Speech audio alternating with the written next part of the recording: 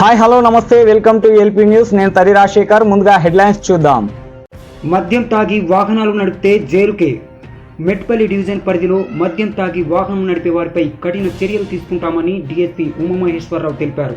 నెల రోజుల వ్యవధిలో డివిజన్ తనిఖీలు చేపట్టగా 100 మంది మద్యం తాగి వాహనాలు నడుపుతూ దొరికారని, వారందరిపై కేసులు నమోదు చేశామని, అందులో న్యాయస్థానం కొందరికి జరిమానా విధించిందన్నారు.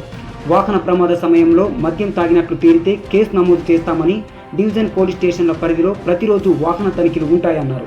తనిఖీల్లో వాహనదారులు మద్యం తాగినట్లు తేలితే డ్రైవింగ్ లైసెన్స్ రద్దుకు రవాణా శాఖ అధికారులకు సిఫారసు చేస్తామని, మైనర్లు వాహనాలు నడుపుతూ దొరికితే తల్లిదండ్రులే బాధ్యత వహించాలని డీఎస్పీ ఉమామహేశ్వరరావు పేర్కొన్నారు. ప్రేమ చూపిస్తున్నారే కానీ ఆ వెహికల్స్ మీద పిల్లలు చాలా స్పీడ్గా వెళ్ళి వాళ్ళ ప్రాణాలని పోగొట్టుకుంటున్నారు.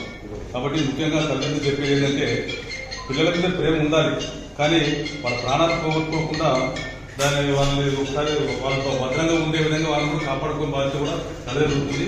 ఈ మధ్యకాలంలో గాంజా కేసుల్లో వాటిలో వీటిలో కూడా పిల్లలు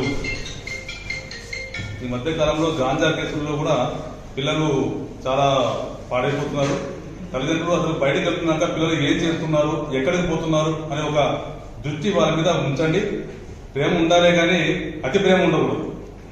కాబట్టి తల్లిదండ్రులు కోరుకునేదంటే మీ పిల్లలు ఎక్కడికి పోతున్నారు, ఎవరితో పోతున్నారు, వాళ్ళు ఎవరితో ఫ్రెండ్షిప్ చేస్తున్నారు, రాత్రి 2 గంటల ఇంటికి వస్తున్నారు, ఏ ఫోన్లో ఏం చూస్తున్నారు అన్న విషయాల మీద వాళ్ళ మీద ఒక నిఘా పెట్టి ఈ పిల్లలు మీరు కాపాడుకుంటే భవిష్యత్తులో మీరు వాళ్ళు మీకు తోడుకుంటారు. కాబట్టి పిల్లల మీద శ్రద్ధ ఉంచాలని చెప్పి నేను తల్లిదండ్రులకు మీకు నేను విజ్ఞప్తి చెప్తున్నాను. వెహికల్స్ ఇవ్వద్దండి. మైనర్ పిల్లలు వాహనాలు నడిపితే ఎవరైతే దాని ఓనర్ ఉన్నారో ఓనర్కి జైలు శిక్ష పడే విధంగా ఉంది, చట్టాలు ఉన్నాయి. కాబట్టి మైనర్ పిల్లలకి వాహనాలు ఇచ్చి వాళ్ళ ప్రాణాలను తీసుకుండా చూసుకునే బాధ్యత కూడా మీదే ఉంటుంది. కాబట్టి మీరు జాగ్రత్తగా వాళ్ళని కాపాడుకోండి.